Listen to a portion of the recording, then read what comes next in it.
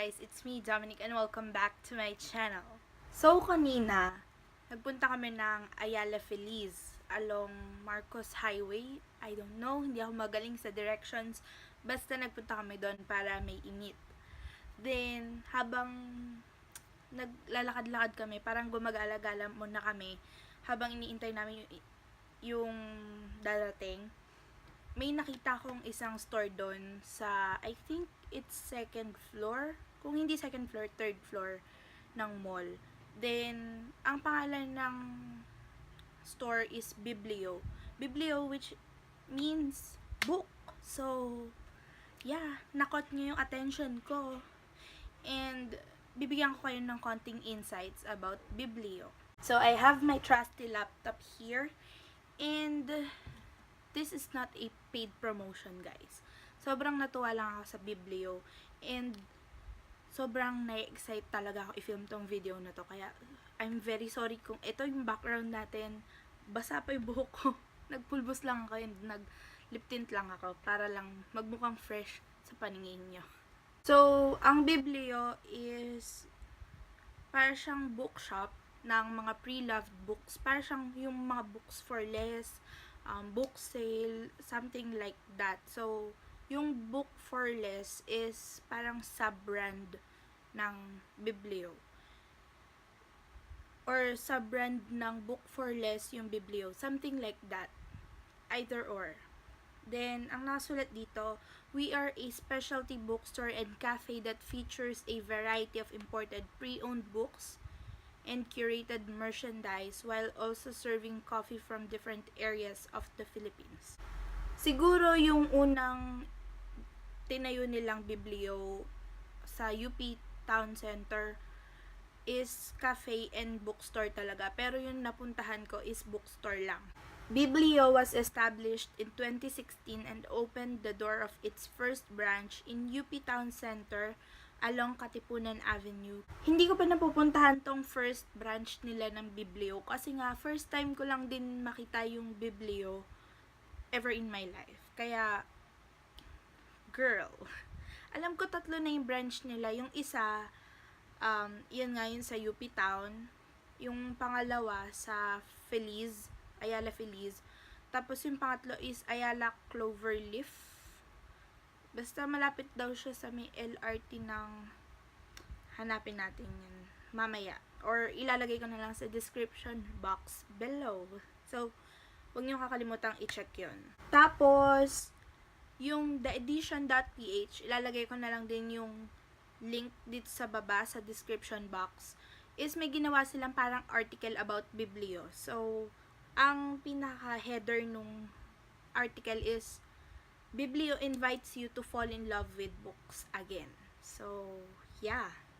Sobrang interesting, di ba? Tapos, ito yung unang sentence na nakasulat dun sa article.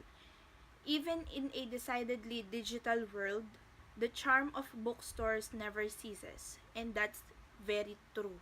Hindi ko nababasahin yung buong article dito sa video kasi ililink ko naman siya sa baba. Pero ito, gusto kong basahin para sa inyo. There's nothing like collecting and cracking open real books you can hold in your hands. Nothing like entering the store and wandering around colorful aisle. Girl, yes. Yung dalawang branch pala, yung dun sa Ayala Cloverleaf and UP Town Center, yun pala yung dalawang may coffee shop.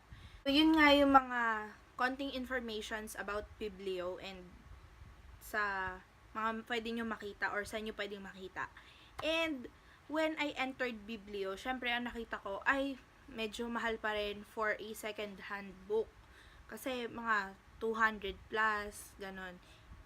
Actually, sa book sale, mas mura mong makukuha yung ibang books, lalo na yung mga nasa ilalim ng parang shelves nila or parang, basta may, di ba parang may lagayan sila, tapos yung nasa ilalim nun, may mga classic books sila for only 45 or 35, nothing more than 50 pesos. Tapos, nung pagliko ko ng konting ganon sa isang mini aisle, nakita ko to. Ayan. Blind date with a book. Don't judge a book by its cover. As a reader, Ayan. Lahat ng mga binili kong libro, actually, nakuha lang ako dahil sa cover nila, sa itsura ng cover nila. Kasi minsan, pag nagbabasa ako ng mga epilogue sa likod, parang hindi ko naman maintindihan. Hindi ko magets, hindi ko alam kung magugustuhan ko ba or not. Kaya minsan may mga libro ako dyan na hindi ko siya na-enjoy dahil parang ginudge ko nga lang sila base sa itsura ng cover nila kung maakit ba nila ako or not.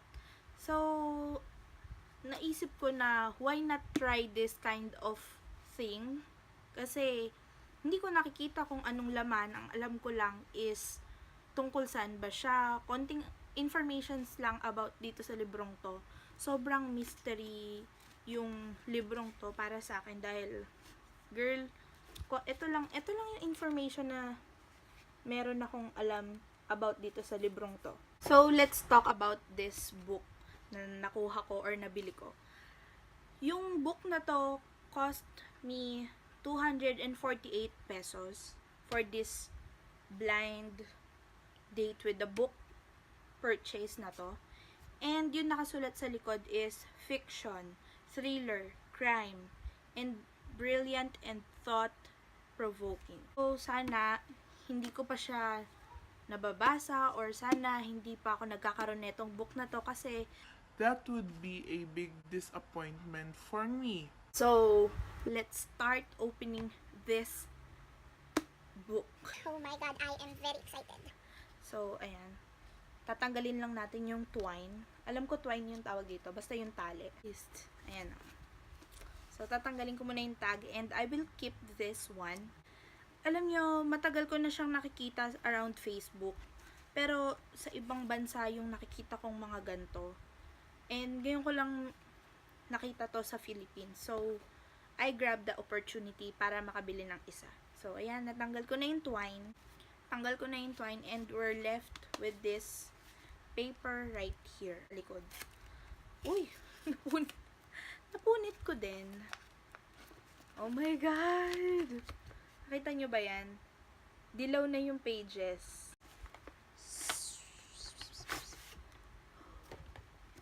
Uy. Here it is, guys. Here it is.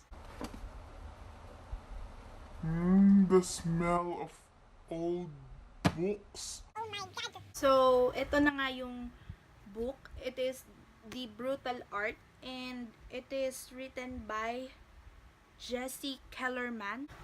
So, basahin natin yung konting epilogue dito sa likod. For art dealer Ethan Mueller, this is the discovery of a lifetime. He displays the pictures in his gallery and watches as they rocket up in value. But suddenly, the police want to talk to him.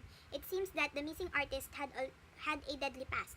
Sucked into an investigation for decades cold, Ethan will uncover a secret legacy of shame and death. One that will touch horrifyingly close to home and leave him fearing for his own life. So, this is a brilliant and thought-provoking thriller that flips between past and present. The brutal art will appeal to anyone who enjoyed the interpretation of murder. Tulad ng sinabi dun sa tag, don't judge a book by its cover.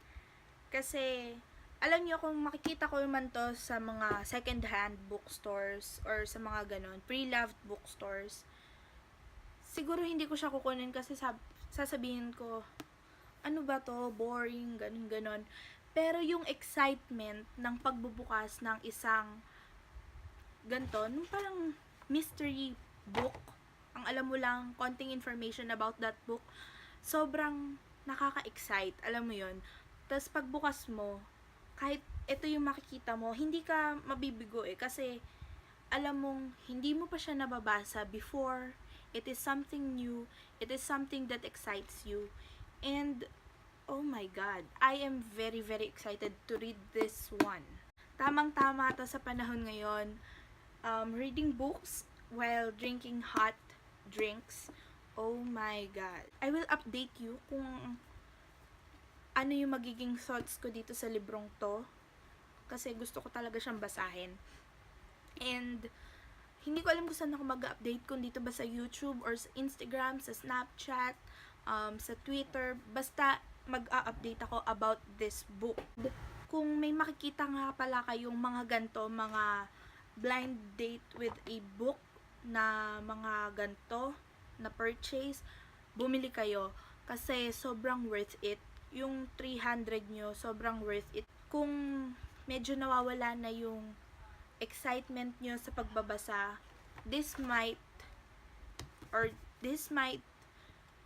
help you na magkaroon ulit ng will para magbasa ulit. So guys, dito ko natatapusin yung video na to. Gusto ko lang talaga i-share sa inyo itong blind date with the book experience ko, yung pag-open ko neto.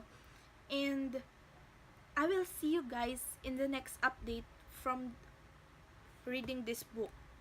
So guys, as always, sana nag-enjoy kayo dito, and check nyo nga pala ulit yung description box sa baba dahil ilalagay ko lahat ng link ng mga sources na napagkuhanan ko ng konting informations about Biblio and dun sa article about Biblio. So guys, until next time, as always, I'll see you guys in the next video.